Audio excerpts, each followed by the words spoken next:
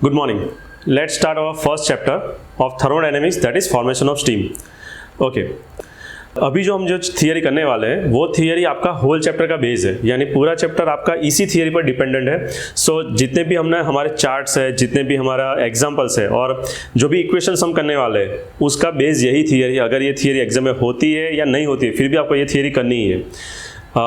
Okay, what is the title? The formation of steam. हमें steam बनानी है, तो हम स्टीम कैसे बनाएंगे?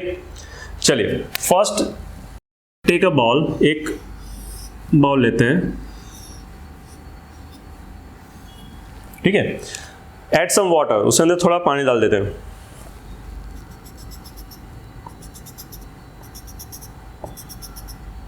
Now put on burner. चलो बर्नर स्टार्ट करते हैं. ये हमारा बर्नर स्टार्ट हो गया. So this is the first stage. हमारा ये फर्स्ट स्टेज है. अभी जो वाटर हमने बाउल के अंदर रखा है, सपोज आप घर पे रख रहे हो, तो what is the temperature of the water? Any guess? Okay, it's a room temperature. You can say it's on a room temperature. अभी जो पानी है वो कहाँ पे होगा? रूम टेम्परेचर पे होगा.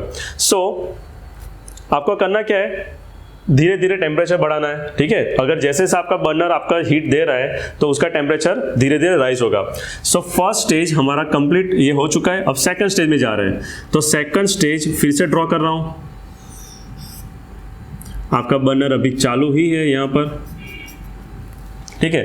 अब वाटर का टेम्परेचर राइज होगा तो कहां तक राइज होगा? यानी धीरे धीरे स्टीम बनना स्टार्ट होगी. तो स्टीम कब बनना स्टार्ट होगी आप बता सकते हो?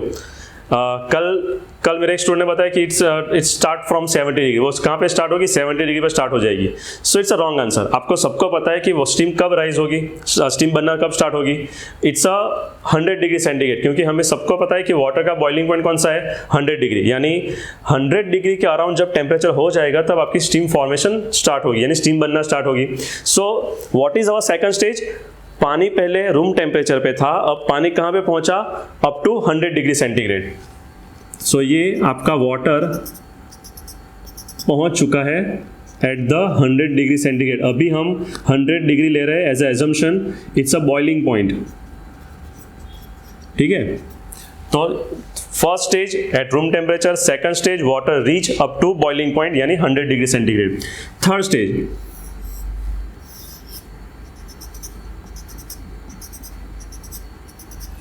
अब क्या हो रहा है? थर्ड स्टेज में आपका वाटर बॉयल होना स्टार्ट हो गया है, धीरे से स्टीम बनना भी स्टार्ट हो गई है, ठीक है. ये स्टीम बन रही है अभी. अगर ये स्टीम बन रही है, नीचे आपका बर्नर अभी भी ऑन है, आपका बर्नर नीचे चालू ही है, आप हीट दे रहे हो, तो अब टेम्परेचर बेसिकली क्या होना चाहिए? टेम्परेचर बढ़ना चाहिए. लेकिन यहाँ पे टेम्परेचर आपका बढ़ने वाला नहीं है, क्योंकि ये प्रोसेस में आपका टेम्परेचर 100 डिग्री ही रहने वाला है. यानी 100 डिग्री पर अब वाटर भी है और साथ में स्टीम जनरेशन हो रही है, ठीक है. So this is your third stage. Third stage में फिर से रिपीट कर रहा हूं, थर्ड स्टेज में क्या हो रहा है? आपका टेम्परेचर राइज नहीं होने वाला है. आप हीट दे रहे हो फिर भी आपका टेम्परेचर 100 डिग्री यानी कि बॉइलिंग पॉइंट है वही रहने वाला है. So now move on the fourth stage. अब वाटर जितना भी था वो सारा स्टीम में कन्वर्ट हो चुका है. एजम्पशन कर लेते हैं, even last droplet of water it converts into the steam, ठीक है. यहाँ पे कोई अब ड्रॉपलेट बाकी नहीं रहा. तो what is the temperature of steam at that time? The steam temperature is 100. यानी ऐसा समझ लो कि स्टीम बन रही है, वाटर अब खत्म हो चुका है और वो स्टीम बन चुकी है. तब टेम्परेचर कितना होगा? वो 100 डिग्री होगा. यानी 100 डिग्री पर अब स्टीम भी है. इन सेकंड स्टेज क्या था? 100 डिग्री पर वाटर था और फोर्थ स्टेज में 100 डिग्री पर क्या है? स्टीम है. अब जो भी हीट मिल रही है उसके बाद क्या होगा? Fifth stage. यानी अब क्या होगा? बर्नर थ्रू आप जितनी भी हीट दे रहे हो, स्टीम का टेम्परेचर आपका राइज होने वाला है. यानी it's going to beyond on 100 degree. Suppose assume करते हैं कि 120 डिग्री सेंटीग्रेड, तो आपका टेम्परेचर ये बढ़ चुका है. यानी होल थियरी का मोटो क्या था कि पहले टेम्परेचर बढ़ेगा अप टू बॉइलिंग पॉइंट, उसके बाद कुछ देर के लिए यानी जब फेज कन्वर्जन हो रहा है उस टाइम के लिए आपका टेम्परेचर क्या रहेगा? कांस्टेंट रहेगा और उसके बाद आपका टेम्परेचर फिर से राइज होना स्टार्ट हो जाएगा। ये स्टीम के लिए था, ठीक है। तो मैं 3 पार्ट में डिवाइड कर रहा हूं। The first stage is reach up to boiling point, ये सेकंड स्टेज फेज कन्वर्जन, उसके बाद ये स्टीम का टेम्परेचर राइज हुआ। 3 पार्ट में डिवाइड कर लिया हमने, ठीक है। अब इस थियरी में थोड़ा करेक्शन भी हम कर लेते हैं अभी। What is the correction? मैंने आपको अभी बोला कि water boils at the 100 degree centigrade, ठीक है, लेकिन ये जो 100 डिग्री है वो हमारे किस लिए है? एटमॉस्फेरिक प्रेशर के लिए, यानी सी लेवल पे जो एटमॉस्फेरिक प्रेशर 1 बार है उसके लिए बॉइलिंग पॉइंट कौन सा है? 100 डिग्री सेंटीग्रेड। लेकिन you can boil water at beyond 100 degree या फिर बिलो 100 डिग्री पे आप बॉईल कर सकते हो। कैसे? With the difference of the pressure. आप प्रेशर में डिफरेंस लाओगे तो वाटर का टेम्परेचर चेंज हो सकता है, ठीक है। अगर मैं हिमालय पे चला जाऊं तो वहां पे प्रेशर कम है, यानी क्या होगा? वहां पे आपका बॉइलिंग पॉइंट डाउन आ जाएगा, मतलब आप 70-80 डिग्री पर आप वाटर को इजीली बॉईल कर सकोगे। So now make it correction. यहाँ पे करेक्शन कर लेते थोड़ा सा। करेक्शन में क्या करेंगे? जो 100 डिग्री हमने लिखा था समझने के लिए, वो अब हम चेंज कर लेते हैं। जो रूम टेम्परेचर था उसको इनिशियल टेम्परेचर लिख देते हैं। This is a T initial, this is T saturation, new word है। This is T saturation. Okay, तो पहले इनिशियल टेम्परेचर था, बाद में सैचुरेशन टेम्परेचर पर वाटर आया, अगेन टेम्परेचर कांस्टेंट है तो टी सैचुरेशन, स्टीम बनी वो भी टी सैचुरेशन पर, उसके बाद जो टेम्परेचर राइज हुआ that is your T super heated या टी सुपर हीट, ठीक है। ओके, सो न्यू वर्ड, अभी डेफिनेशन साथ में बोल रहा हूं मैं, ध्यान से सुनना, ये भी डेफिनेशन आपको करनी है। The first is sensible heat.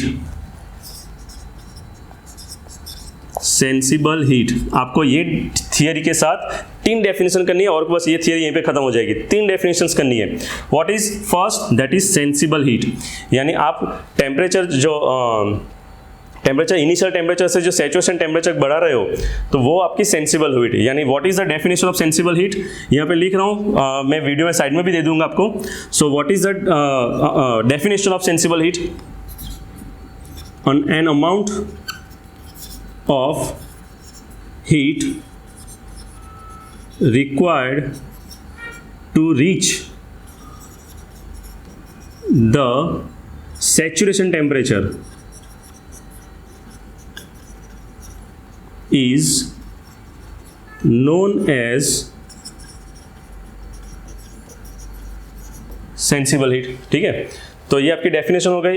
N amount of heat required to reach the saturation temperature is known as a sensible, यानी आप कहाँ तक पहुंचे? सैचुरेशन टेम्परेचर तक पहुंचने के लिए जितने भी हीट चाहिए that is a sensible heat. અને મારે ગુજરાતીમાં કહેવું હોય તો હું શું કહીશ કે સેચ્યુરેશન ટેમ્પરેચર સુધી પહોંચવા માટે જેટલી પણ અમાઉન્ટ ઓફ હીટ જોઈશે મને એને આપણે શું કહીશું? Sensible heat. Now second definition, this is your latent heat. What is latent heat? उसकी डेफिनेशन लिख रहा हूँ नीचे यहाँ पर। लेटेंट हीट की डेफिनेशन क्या कहेंगे हम? वो क्या था? Phase conversion. An amount of heat required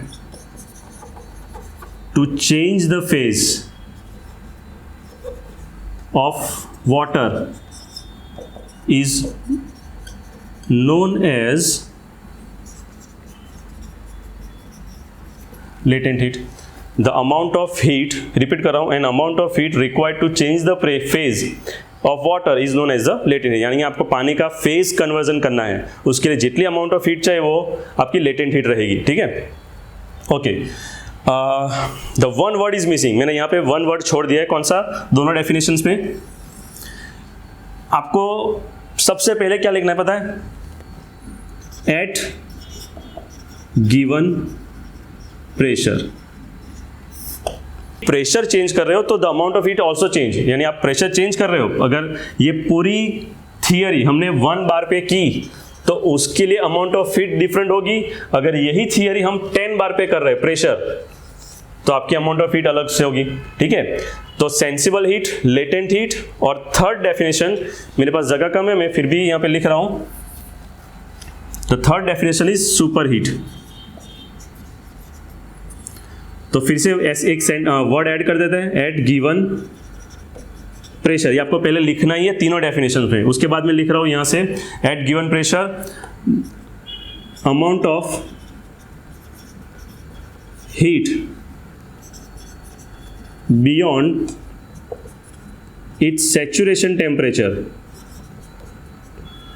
sorry, amount of heat beyond its saturation temperature is known as